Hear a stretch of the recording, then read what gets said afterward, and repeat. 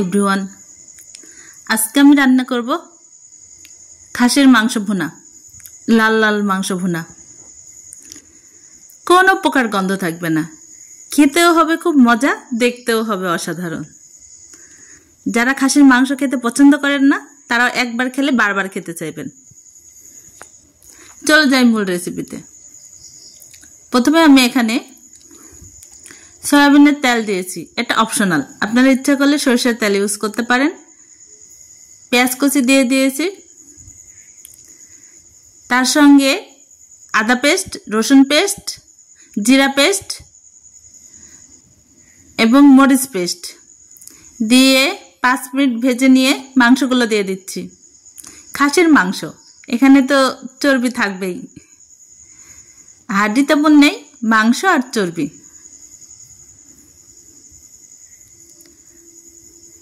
এখন এটা আমি খুব ভালো করে মাখিয়ে নিচ্ছি।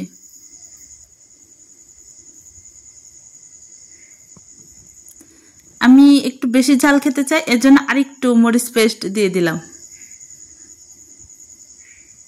হলুদের গুঁড়ো,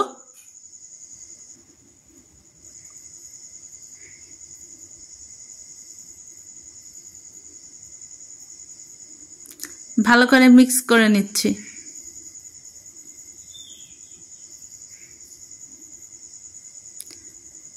খাসির মাংস ভুনা খেতে কিন্তু খুব ভালো লাগে গরম ভাতের সঙ্গে বা পোলাওয়ের সঙ্গে, কিন্তু বেশিরভাগ মানুষই এটা পছন্দ করেন না গন্ধর জন্য।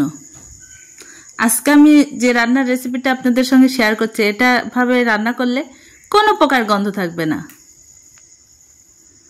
আমি এখানে দারচিনি আর এলাচ থেতো করে দিয়েছি, পেস্ট করে দিই নাই, কিন্তু হালকাভাবে থেতো করে দিয়েছি। 10 মিনিট ঢেকে রেখে গিয়েছিলাম। এই দেখুন, অলরেডি মাংস কষানো শুরু হয়ে গিয়েছে। এখানে আমি কোনো প্রকার পানি ইউজ করি নাই, কারণ মাংস থেকে পানি ছাড়ে।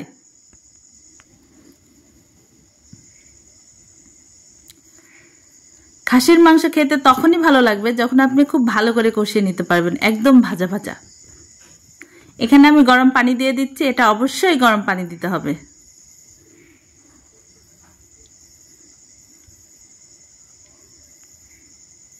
আবারও ভালো করে নাড়াচাড়া করে দিচ্ছি। খাসির মাংসের পানির পরিমাণটা গরুর মাংসের তুলনায় কম লাগে, কারণ এটা খুব তাড়াতাড়ি সেদ্ধ হয়ে যায়। আর আমি এটা লাল লাল ভুনা করব। তারপর আরেকটু দিয়ে দিলাম, মনে হচ্ছে পরিমাণটা কম হয়েছে।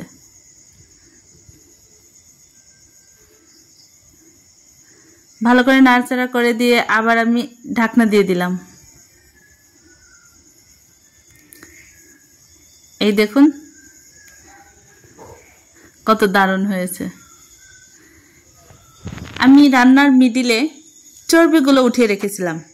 খাসির মাংস ভালো রান্না করার কিন্তু এটা একটা টেকনিক। আপনি যদি চর্বি সহকারে একসঙ্গে রান্না করতে যান, তাহলে এগুলো গলে সব তেল হয়ে যায়, তখন একটা তেলটি কেমন যেন একটা গন্ধ আসে, খেতেও মজা লাগে না। এর জন্য রান্নার সময় অবশ্যই চর্বিগুলো কষানোর পরে উঠিয়ে রাখবেন এবং লাস্টে দিয়ে দিবেন। এখন আমি চর্বি দিয়ে দিলাম, তার সঙ্গে আবার কয়েক কোয়া রসুন।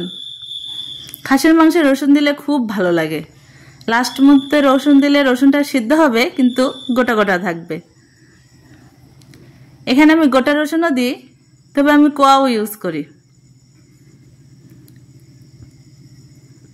এই দেখুন, কোনো প্রকার ঝোল থাকবে না, শুধু মাংসগুলো আর মশলা আর তেল। চর্বিগুলো পরে দেওয়ার কারণে কত দারুণ হয়েছে, একদমই গলে যায়নি। দেখতেও যেরকম জোস, খেতেও কিন্তু ভালো লাগবে।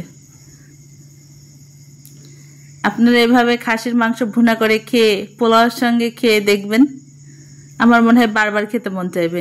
যারা খাসির মাংস একদমই পছন্দ করেন না তারাও খেতে ভালো লাগবে।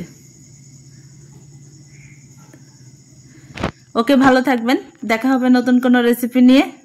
আল্লাহ হাফেজ।